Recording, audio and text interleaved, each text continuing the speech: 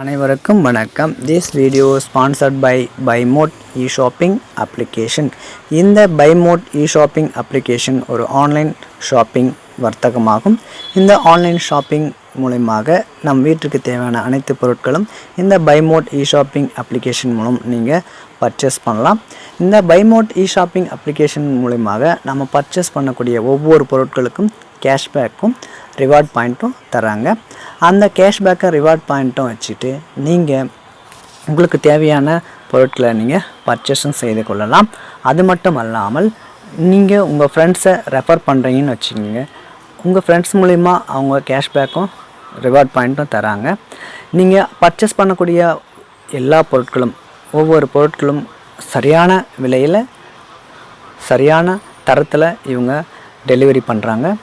நீங்கள் எந்த அட்ரஸ் கொடுக்குறீங்களோ அந்த அட்ரஸுக்கு குறிப்பிட்ட கால இடைவெளியில் உங்கள் வீட்டுக்கே வந்து டெலிவரி செய்து தராங்க. அது மட்டும் இல்லாமல் இவங்களுடைய ஆப் வந்து ஈஸியாக நம்ம சர்ச் பண்ணி வாங்கக்கூடிய அளவுக்கு இவங்க ஃப்ரெண்ட்லி யூஸராக இருக்காங்க. இப்போவே நீங்கள் இந்த ஆப்பை நீங்கள் டவுன்லோட் பண்ணணும்னு நினச்சிங்கன்னா கீழே நான் டிஸ்கிரிப்ஷனில் இதோட லிங்க் கொடுத்துருக்கேன், டவுன்லோட் பண்ணி பாருங்கள். ஆன்லைன் ஷாப்பிங்கில் ஒரு பெஸ்ட் ஷாப்பிங் ஆப்னால் அது இந்த பைமோட் இ-ஷாப்பிங் ஆப் தாங்க. நன்றி. உணர்வும் அறிவும் ஒன்று கிடையாது. உணர்வு வேற, அறிவு வேற. ஒரு இழவு வீட்டுக்கு போய் எல்லாம் அழுதுங்கத்தை பார்த்துட்டு நீங்களும் அழுறீங்க. ஒரு இழவு வீட்டுக்கு போய் என்ன பண்ணுறீங்க? ஏன் அழுறீங்க? உங்களுக்கு சொந்த பந்தம்லாம் கிடையாது. அவருடைய இழப்புனால உங்களுக்கு கொஞ்சம் கூட நஷ்டம் ஆகலை.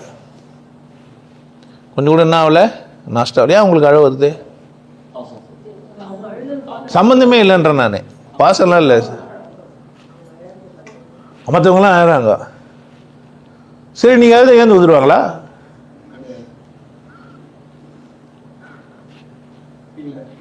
ஏன் அப்பமா போய் அழுதிங்க? நீங்கள் போனது வெட்டியா வேலை பார்க்கறதுக்கு. ஏன் கூட சேர்ந்து அழுதிங்க? அவங்க அவ்வளோ உணர்வு பூர்வமாக அழுறாங்க. ஐயோ, அந்த பிள்ளை சின்ன குழந்தை, அப்பா இழந்துட்டு அழுது, அந்த குழந்தையோட அழுகி என்னால் என்ன பண்ண முடியல, தாங்க முடியல. அறிவு தான் அழமாட்டோம். அறிவு தான் என்ன பண்ண மாட்டான். நம்ம வேலை என்ன? பள்ளம் நோண்டணுமா, பொச்சமா, மூடணுமா, பணம் வாங்கணுமா, போனோமானுக்கணும். குழந்தை இதுன்னா பெரியவங்க இதுதான் நமக்கு என்ன? அப்பா செத்தாருன்னா நமக்கு என்ன? தாத்தா செத்தாருன்னா ஒரு நாள் என்னைக்கு இருந்தாலும் ஒரு நேரத்து சாவை தானே போகிறாங்க. அப்படின்னா என்ன? இது செத்துட்டவங்க எழுந்து வர மாட்டாங்கன்னு உனக்கு புரிஞ்சிச்சு. அறிவு வேலை செய்யுதுன்னு வச்சுக்க, உணர்வு வேலை செய்யாது. ஏன்?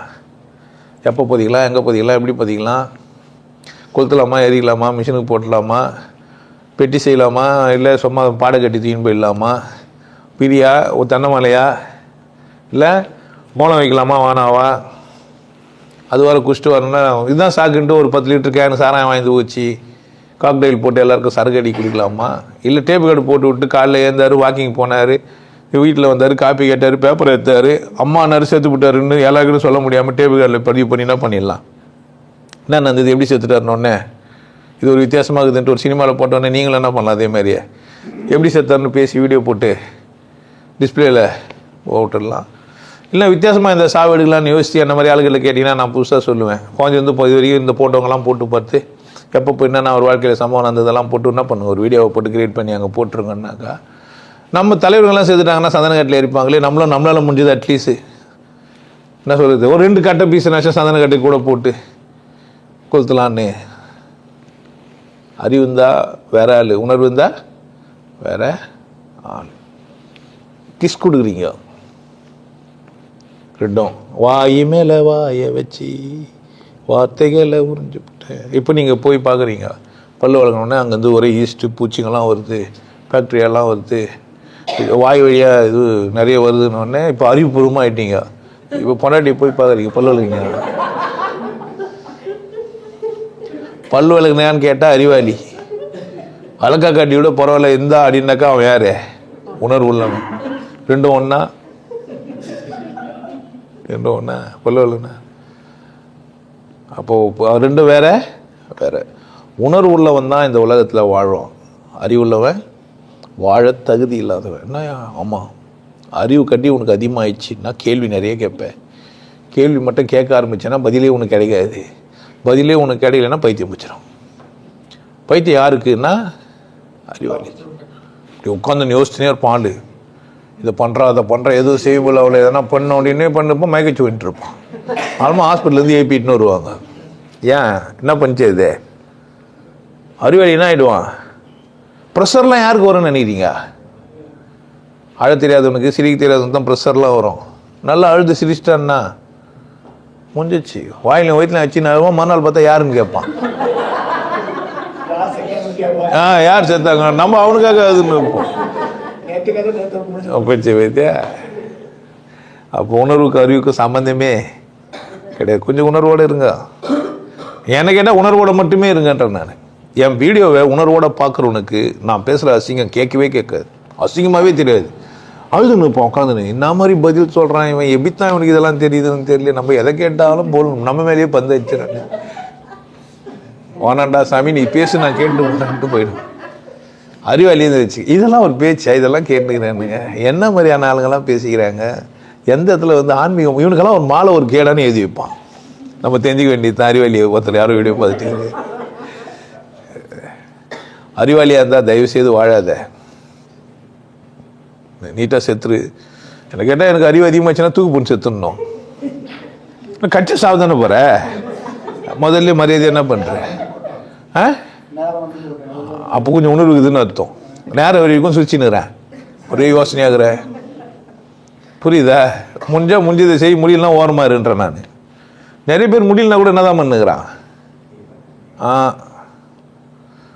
எனக்கு இல்லைனா அது உனக்கும் இல்லை. இலவு காத்த கிளி தான். அதுமா உச்சி வகுந்து எடுத்து பிச்சை பூ வச்சு கிளி பச்சை மரம் பக்கத்தில் மேயுதுன்னு சொன்னாங்க. உணர்வுக்கு அறிவுக்கு நிறைய பேசலாம். ஆமாம், 25 சத்சங்கம் அதுக்கே நடத்தலாம்.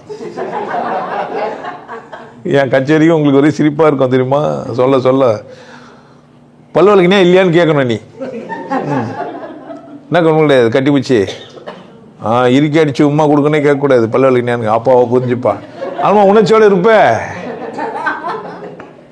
இப்போ நம்ம இது மாதிரி செய்கிறோமே, பிள்ளைகளை வந்துச்சுன்னா என்ன பண்ணுறதுன்னா அவள் தான் மேட்ரு முடிஞ்சிச்சு.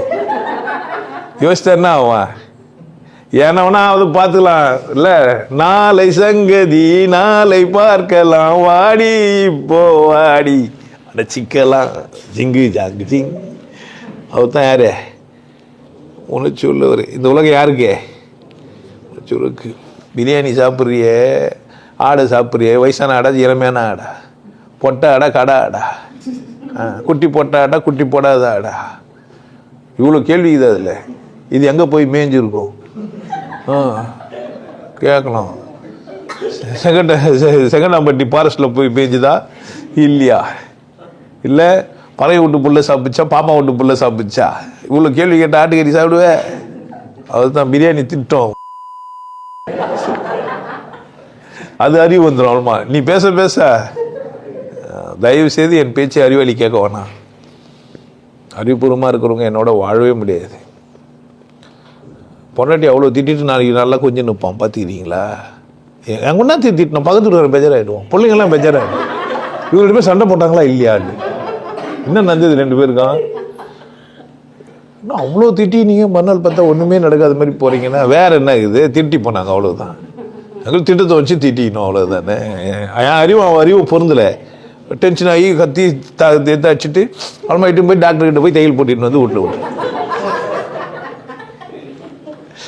அடிச்சுட்டு விட்டுற வேண்டியது தானே. நம்மளாம் எதனால் வாழ்ந்துனுக்குறோம்? ஒன்றும் கூட உணர்ச்சி இருக்கிறதுனால தான். நம்மலாம் மீட்டுங்க, மெட்டல் கிடையாது. நம்மளாம் யார்? மீட்டு. மெட்டலுக்கு என்ன கிடையாது? மெட்டல் கூட உணர்வு வருது, டெம்பரேச்சருக்கு ஏற்ற மாதிரி மாற்று. இங்கெல்லாம் இதெல்லாம் தொண்டு பார்த்தீங்கன்னா தெரியும், சில்லு இருக்கும். அப்போ மெட்டல் கூட அறிவு இருக்குது. ஆனால் மனுஷன் என்ன ஆகல, உணர்வு இருக்குது. இதுக்கெல்லாம் இதெல்லாம் சும்மா இல்லை. சுற்றி எல்லாம் உணர்வோடு பாரு, பூக்கள்லாம் அழகாக இருக்கும். அறிவோட பாரு அசிங்கமாக இருக்கும். எத்தனை பெடல்னு என்ன மேட்ரு முடிஞ்சிச்சு. ரோஜா ஏன் அழகாகுது அப்படின்னா அதில் ஒரு 10 பெடல் அதிகமாகுதுன்னு ஒன்று நீங்கள் போய் பார்க்குறீங்க. அதான் இதழ்கள்லாம் எப்படி அதிகமாகுதுன்னு பார்த்தீங்கன்னா, இதழ் எண்ணி பார்த்தீங்கன்னா பூக்கு என்ன ஆகும்னு நினைக்கிறீங்க?